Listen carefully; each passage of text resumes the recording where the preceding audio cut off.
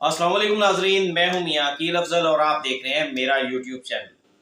नाजरीन, आज इस वीडियो में दो खबरें हैं अहम जिस पर हम बात करेंगे। सबसे पहली अहम खबर यह है कि अली अमीन गंडापुर के खिलाफ 4 मुकदमे हैं।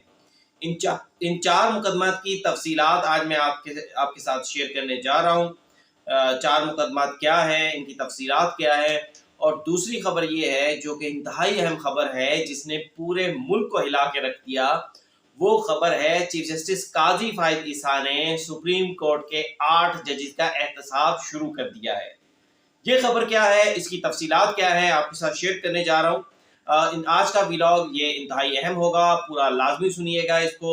लेकिन इस व्लॉग को शुरू करने से पहले मेरी आपसे दरख्वास्त है कि फौरी तौर पर यूट्यूब पर जाएं, चैनल को सब्सक्राइब कर दें, बेल आइकन का बटन प्रेस कर दें, ताकि मेरी चैनल से बनाई जाने वाली तमाम वीडियोस आप तक फौरी पहुंच सकें।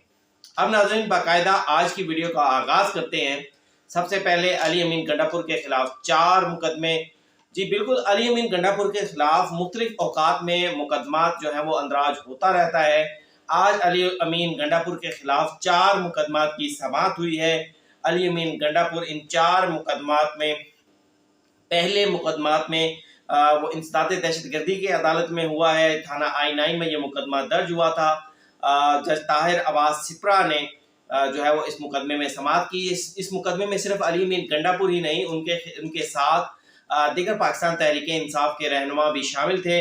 अली अमीन गंडापुर क्योंकि मुसलसल गैर हाजिर थे, तो अली अमीन गंडापुर के खिलाफ जो है उनके नाकाबिले ज़मानत वारंट गिरफ्तारी जारी कर दिए गए हैं। फिर इसी मुकदमे में राजा राशिद हफीज़, आमिर महमूद कियानी, उमर तनवीर भट्ट जो है वो इनके नोटिस जारी कर दिए। जबकि उमर तनवीर भट्ट मुसलसल गैर हाजिरी थी, तो उनके खिलाफ अदालत ने इश्तिहारी की कार्रवाई का आगाज़ कर दिया है। फिर इसी मुकदमे में राजा खुर्रम शहजाद, राजा माजिद अपने वकला के जरिए पेश हुए और अदालत ने उनकी जो है वो इस मुकदमे की कार्रवाई के बाद मजीद समाअत 3 अक्टूबर तक के लिए मुलतवी कर दी। दूसरा है मुकदमा 2016 में अली अमीन गंडापुर के खिलाफ शराब बरामदगी केस है। अली अमीन गंडापुर जो थे बनी गाला में इमरान खान से मुलाकात के लिए जा रहे थे। पुलिस ने इनकी गाड़ी रोकी तो गाड़ी से शराब की बोतलें बरामद हुई, जिस पर अली अमीन गंडापुर ने बाद में इसको कहा कि ये शराब नहीं शहद थी।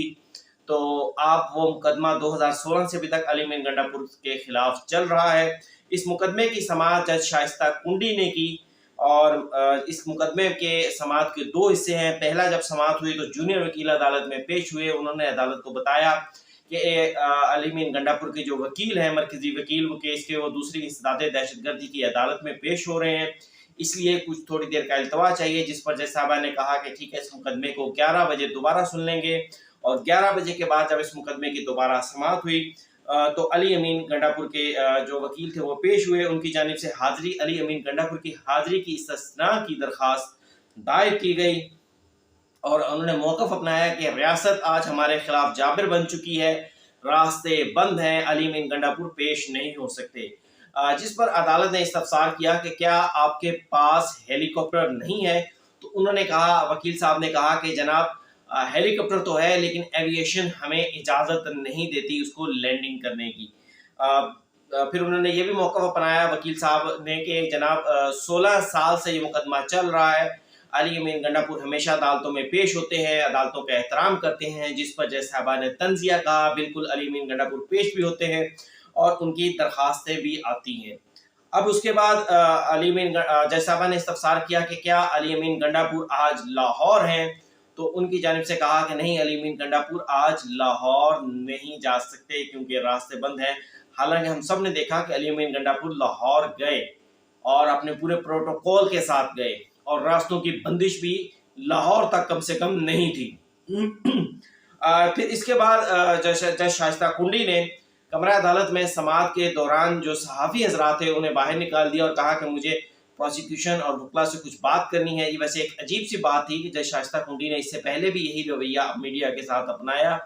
तब भी मैंने यही कहा था कि या तो जज साहबा इस मुकदमे को इन कैमरा डिक्लेयर कर दें, या फिर सहाफ़ी जो मालूमात तक, आवाम तक मालूमात की रसाई का वाहिद ज़रिया है, उस पर यूँ पाबंदी नहीं लगनी चाहिए।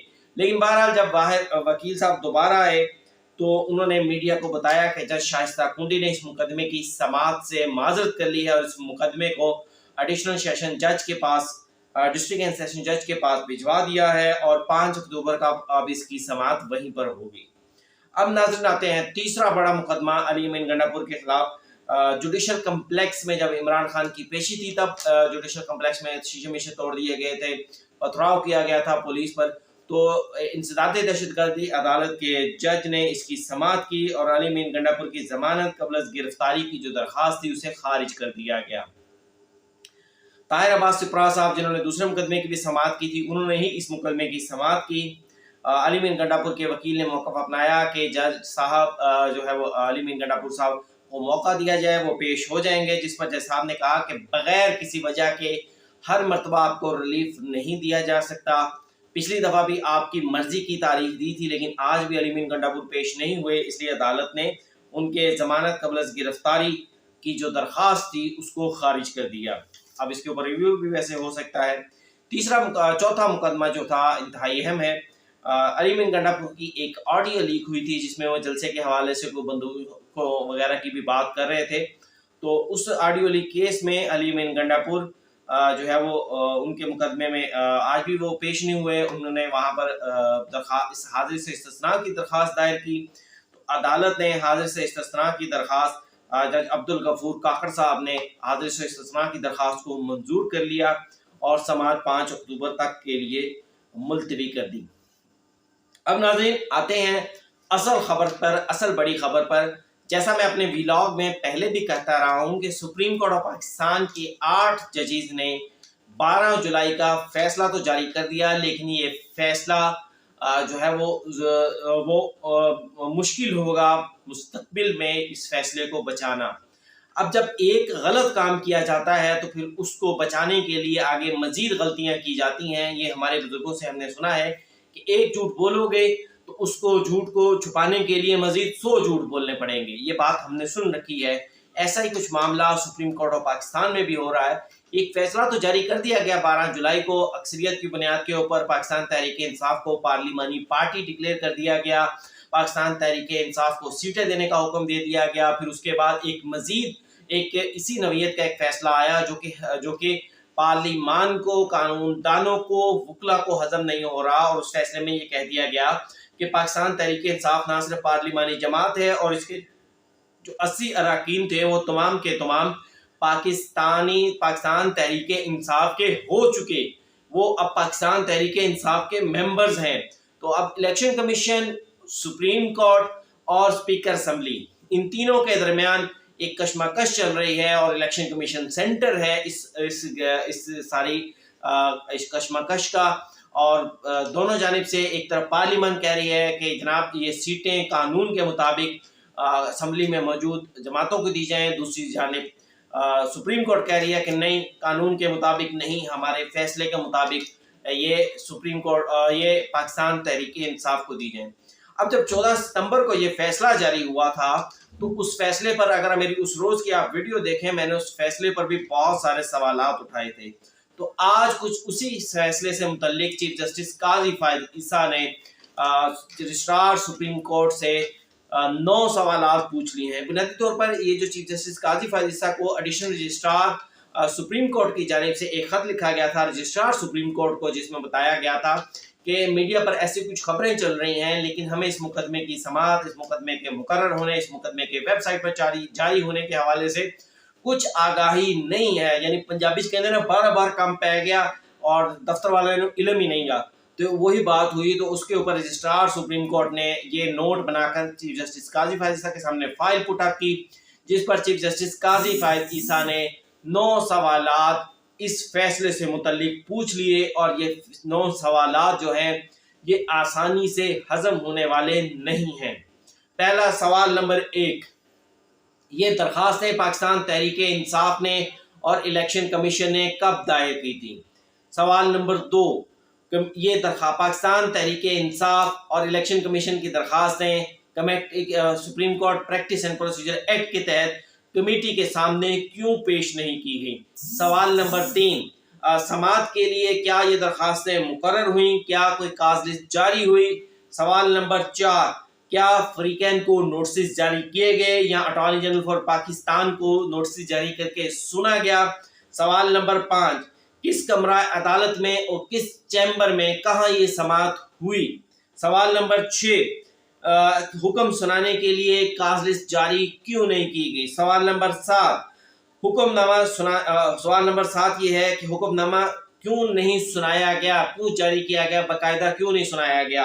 सवाल नंबर 8, रजिस्ट्रार ऑफिस फाइल आने से पहले वेबसाइट पर ये फैसला कैसे जारी हो गया? और 9 और आखिरी और तबाहकुन सवाल कि जिससे सवाल से पता चल जाएगा कि इस फैसले का मरकज कहाँ था, कि ये सुप्रीम कोर्ट ऑफ पाकिस्तान की वेबसाइट पर ये फैसला किसने जारी करने का हुक्म दिया।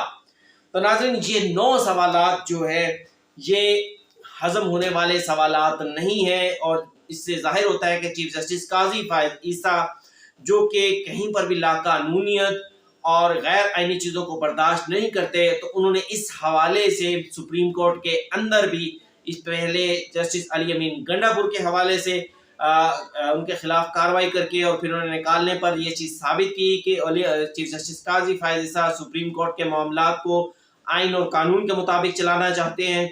और आज एक मरतबा फिर जब सुप्रीम कोर्ट ऑफ पाकिस्तान की जानिब से 21 सितंबर को चीफ जस्टिस काजी फायद ईसा के चैम्बर से ये खत जारी किया गया, तो चीफ जस्टिस काजी फायद ईसा ने एक मरतबा फिर उसी अज़म का इयादा किया कि वो आज भी सुप्रीम कोर्ट ऑफ पाकिस्तान को आइन, कानून और रूल्स के मुताबिक चलाना चाहते हैं।